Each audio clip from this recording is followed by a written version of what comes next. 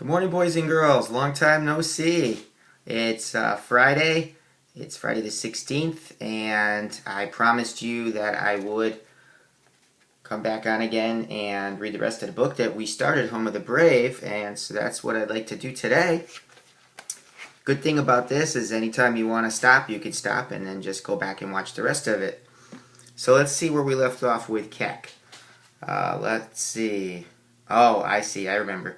So we left off with the cake. Remember the cake? The Statue of Liberty was on the cake, and so was Gaul, and they ate the whole cake except for the part with Gaul, the cow, on it. And hopefully you didn't forget one of the most important parts here, the important words that were on the cake. Give me your tired, your poor, your huddled masses yearning to breathe free, the wretched refuse of your teeming shore. Send these, the homeless, tempest lost, to me. I lift my lamp beside the golden door. We talked about that connection to what Keck was going through. All right, so the next part starts off with summer. I would not be truthful if I said that winter is my favorite time. Winter is wet and heavy work. True, I learned to make snowballs like perfect moons and to catch a snowflake on my tongue, but I grew weary of looking for missing gloves. After such a winter, summer comes like a present with a bow. Summer is ice cream and skateboards, and sweet grass under your free toes. And just as Dave promised, the not-dead trees had been teasing me. Their leaves stop hiding, and over my head they weave a cool roof of green. Ganwar says that the farm will have its new owner at the end of summer. Lou can stay till fall, and then they will tear down the buildings. Lou is sad, he says. She misses me. I say he can tell Lou and Gaul that I miss them, but I will not be coming back. Hannah tries to take my mind off the farm. She knows all the secret summer things. We take the bus to a swimming hole shaped like a giant brick. It's filled with blue water and laughing children. First, hot sun is on your skin. Then you jump in. For a while, you are a fish in a warm, pretending lake. She takes me to the library, too. Like the one at school, only with enough books for the whole world to read. They give me a card with my name on it, and let me look at book after book. The library workers don't even know me, and yet they promise I can take books home. To be trusted with such precious gifts is a great honor. My father would have sung me a song of pride, to see his son so trusted. Hannah helps me find books with pictures of Africa. They don't seem real, these flat colors smoothed to my fingers. They make me happy but also sad. I see a picture of a woman, tall with strong arms and sunny eyes, and for a moment, a crazy moment, I think it might be my mother. She's like her, I say to Hannah. But not. She's very beautiful, Hannah says. I'm starting to not remember, I whisper.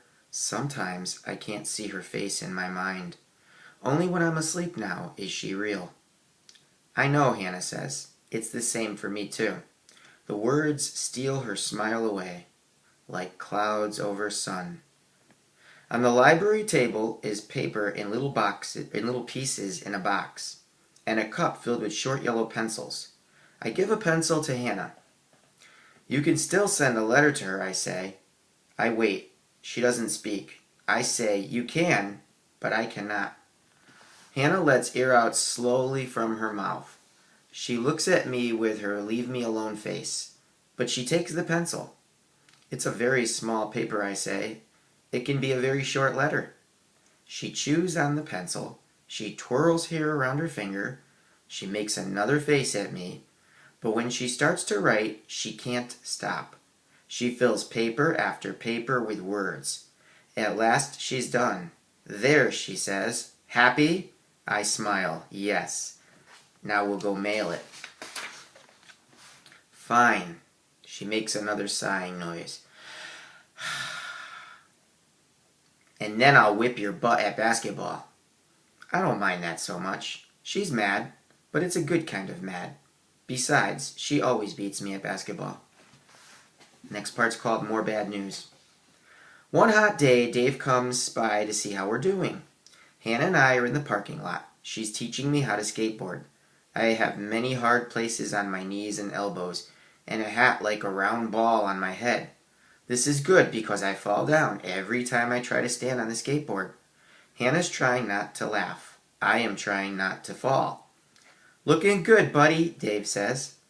But he's just being kind. Why don't you take a break for a minute? I've got some things to talk over with you. I talked to Lou yesterday. We sit on a bench in front of the apartment. Hannah comes too. So you know about the farm, I say. I take off my round extra head and give it to Hannah. I'm sorry, Dave says. I know you liked working there. I'll try to find you another place to help out. Another place won't have gall, I said. Listen, buddy, Dave says. I'm afraid I've got some more news. I've heard from Diane. They tracked down the people who made it to the 2 refugee camps we told you about. Something grabs at my throat and tries to steal the air away. None of them was your mom, Keck. I look away. Nearby, a crow flaps his great black wings to chase away a sparrow. Hannah pats my back. There's still hope, though, right? She asks. Dave clears his throat. There's another small refugee camp about 80 miles south. We're checking out that one. I nod.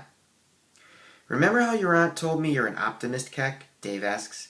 I need you to stay strong. In my pocket, I feel the soft blue and yellow fabric I've carried for so long. I remember something Ganwar said to me. Thank you for helping, Dave, I say. But what I'm thinking is that a man knows when he's defeated. Okay, the next section is called Sleep Story, and it's written in italics, so I'm thinking it's probably a dream. I'm in our tent at the camp, and all around me children and women sleep. We are too crowded to lie down. We sleep on each other's legs and arms twined. There's moaning and snoring and muttering and drooling, but it's a kind of uneasy peace. I'm not so hungry tonight. Grain came in bags from the helping people today. Mosquitoes buzz at the tent flaps, louder and louder still. And then I know it is the drone of a flying boat. The gunfire is almost gentle at first. Pop, pop, pop. And then it gets closer. And the world goes crazy with fear. Children scream, mothers sob, men threaten. A fire is burning somewhere close. My mother takes my hand, firm, sure. Come, my child, she says, as if we are going for a walk to look at the moon. We run from the tent, pretending a safe place lies just a few steps away. My mother falls, her dress caught on a bush, and then the gunfire comes harder, flying toward us like hot little stars. Run, Keck, my mother screams. Run now! I kneel beside her. I can't leave you, I say. Or I think I say, for my voice is swallowed by the roaring night. My legs hurt. I can't run. You hide in the trees. You can get help for me when it's safe. Go, now! I start to run, and I don't know that I'm clutching her dress, and a tiny piece rips free, and I run. And the trees are waiting, and the men come with their knives, their guns, and their mysterious hate. I wait with other children. I hold a little child and cover her mouth. When she tries to cry, dawn comes, silence comes. Blood and death are everywhere, and my mother is gone. Okay, next session, and the next part is called Confession. I awake to no blood, no bodies, no mama. I'm on the sofa, and Ganwar sits on the floor next to me. You were moaning, he says. It must have been a bad one. I wipe my wet cheeks. Very bad. I was in the camp, and the men with guns came. Ganwar nods. He clicks on a light, and the shadows take form. I still have that one sometimes. Not like this one, I shiver. How can you be so sure, he asks. You can't visit my head. Because mine has truth in it, I say. Because in mine, I drop my head in my hands. Because in mine, I leave Mama and run. In mine, I'm a coward. And it's the truth. Ganwar stares past me for a long time. He's somewhere far away, and I know where it is. We all ran, Keck. It's the only reason we're here. I should have stayed with her. Even a brave man can't stop a bullet. You did what you had to do. Ganwar joins me on the sofa. He puts his arm around me. He doesn't seem surprised when I begin to sob. And I'm not so surprised when he, too, begins to cry. Next section is running away. I wait till Ganwar falls asleep. I don't want to be here anymore. I don't want to be in a place where my words taste wrong in my mouth. I don't want to live in a place where candy for a kind girl makes people angry and every year the trees must die. I want to be in a place where the things I know and I love are there within my reach. But where is that place? My aunt says I can find sun when the sky is dark. But she's wrong. I can't see what isn't there. I check the jar where I keep my pay from Lou. I have a handful of green paper and 4 silver washing machine coins. With such riches, I can run far away, to places I've seen on the TV machine. Although it will mean a lot of walking, maybe I can go to Washington to the president's house and ask him to help find Mama. I know 2 buses. The bus to the grocery store and the mall, and the one to Lou's farm. I will take the bus that comes to the bus stop first, and then at least I will be on my way. I would like to leave a note so that my aunt and Ganwar and Hannah won't worry about me, but I don't know yet how to write many words. Ganwar snores softly. I leave half the green papers on the sofa. I write my name on a scrap of paper. I make a heart shape like the one I gave Hannah. I get my jacket, and I go. Bus is the next section. The evening air is damp and cool. I take the first bus that comes, the route that goes past Lou's. I put my coins in the hungry metal mouth beside the driver. The bus jerks and I grab a pole. How far does this bus go, I ask. To the airport, he says. The airport, I repeat, with the flying boats? The driver gives me a strange look. Sit down, kid. I think about this important news as I take a seat. For the first time, I wonder if I could go back home. I have my green money papers, after all. I could fly to my home and find my mother myself. That is what a good son would do. I think of the vastness of my country. I think of the camp, the guns, the blood. I wonder if flying back home would be like the time I tried to fly from the top of the acacia tree. The bus is nearly empty. We pass many buildings and take many turns. And then we are on a big street I know well. In the soft light I see familiar places. The gas stations, the empty lots, the cars for sale with bright lights on a string overhead like captured stars. This is an ugly land, I think. It needs endless horizons and emptiness. Here, too many buildings block the sky. You can't even watch the sun put on his bright pajamas and sink into bed. We're coming close to Lou's. I feel bad not to have said my thank yous and goodbyes, and to have shouted at Lou in anger.